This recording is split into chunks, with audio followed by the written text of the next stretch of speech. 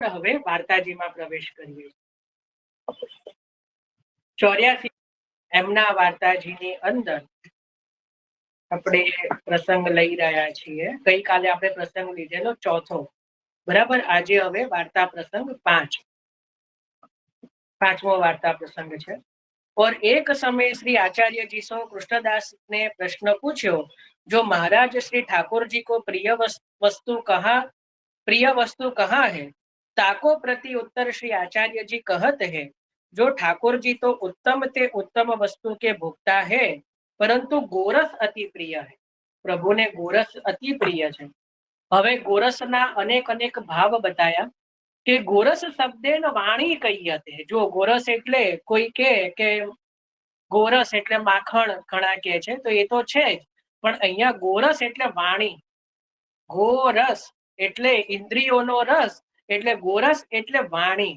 એટલે બોલત અતિ મધુર મધુર વાણી. આપણે યમુનાજીના પદમાં પણ આવે છે આ જે પ્રભુને મધુર વાણી પ્રિય છે. ताको भाव अनिवर्चनीय है और सबन ते भक्त को स्नेहमय प्रभाव अति प्रिय है. जो सबन ते भक्तन को એટલે પોતાના ભક્તોનો સ્નેહમય જે ભાવ છે એ અતિ પ્રિય છે. જાતે ही ભક્ત વત્સલ કહાવત. એટલા જ માટે ભગવાન ભક્ત વત્સલ કહેવાય છે, કારણ કે પ્રભુને ભક્તોનો ભાવ અતિ પ્રિય છે. અને સ્નેહમય ભાવ, જો આ જ વસ્તુ આવી. મહાત્મય પૂર્વક સુદ્રઢ પ્રેમ ભક્તિ, જો એ જ વસ્તુ આવી કે ભક્તોનો જે સ્નેહમય ભાવ છે એ જે છે પ્રભુને અતિ પ્રિય છે. तब कृष्णदास ने फिर पूछी, जो श्री ठाकुर जी को अप्रिय वस्तु कहाँ है? એટલે પ્રભુને અપ્રિય શું છે? तो श्री आचार्य जी ने कहो कि ठाकुर जी को धुआं समान अप्रिय कोई नहीं है. धुआं समान अप्रिय वस्तु कई नहीं. ताहु ते अप्रिय ठाकुर जी को भक्तन को द्वेषी है. जो प्रभुने बे वस्तु प्रिय बताई ने बे वस्तु अप्रिय बताई.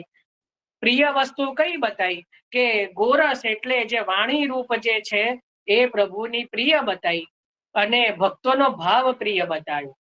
बराबर. गोरस अने भक्तोनो शुद्ध भाव ए प्रभुने अति प्रिय छे. અને અપ્રિય વસ્તુ કઈ? તો ધુમા. એટલે આમ તો ધુમાડો, પણ એકલો ધુમાડો નહીં, લૌકિક કલેશ. આપણે ત્યાં પ્રભુ બિરાજતા હોય અને જો આપણે પ્રભુને એને ઘરમાં ઝઘડો કરીએ, લૌકિક ઝઘડો કરીએ, તો એ જે કલેશ છે એ પ્રભુને પ્રિય નથી. તો જે છે કે કલેશ એટલે એ લૌકિકતા પ્રભુને અપ્રિય છે. અને એનાથી પણ અપ્રિય ઠાકોરજીના ભક્તના દ્વેષી છે.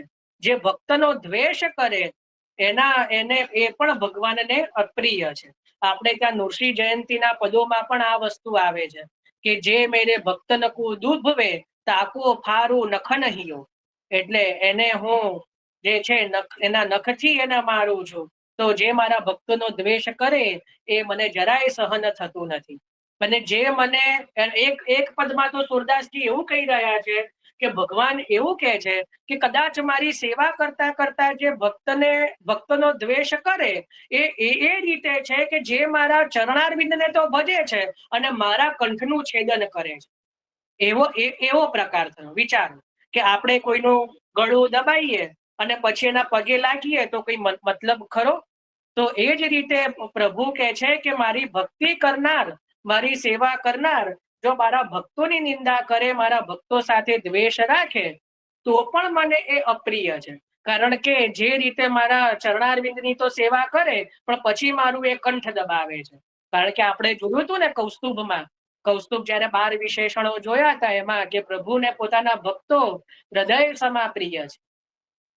તો જે છે એટલે ભક્તના દ્વેષી જે છે એ પણ જે છે પ્રભુને અપ્રિય છે. એટલે હવે ભાવ પ્રકાશમાં કહી રહ્યા છે કે ગોરસ સો વૈષ્ણવ કો સ્નેહ પરસ્પર. જો પરસ્પર વૈષ્ણવનો સ્નેહ અને વૈષ્ણવ કો કલેશ સોહિત હુઆ. જો આવ્યું ને કે જે વૈષ્ણવનો ક્લેશ એટલે જે બધો જંજાળ છે એ જ દુઆ. જહાં સ્નેહ તહાં ઠાકોરજી પધારે જાનીએ, જહાં ક્લેશ તહાં તે ઠાકોરજી દૂર જાનીએ. આપણને પોતાને ઝઘડામાં રહેવું ન ગમે, તો ભગવાનને તો કેમનું ગમે? એટલે જ્યાં ક્લેશ હોય ત્યાંથી ભગવાન દૂર ભાગે છે અને જ્યાં સ્નેહ હોય ત્યાં પ્રભુ પધારે છે. તો અહીંયા સુધી આપણે વાર્તાજીમાં જે રાખીએ છીએ આગળ જે પ્રશ્ન છે કે એનું પ્રસંગની અંદર એ આપણે કાલે લઈશું. આજે અહીંયા પ્રભુને પ્રિય શું અને અપ્રિય શું એનું આપણે ચિંતન કર્યું. બરાબર, તો અહીંયા આજે આપણે સત્સંગને વિરામ આપીએ છીએ. આમાં કોઈને કઈ વિશેષ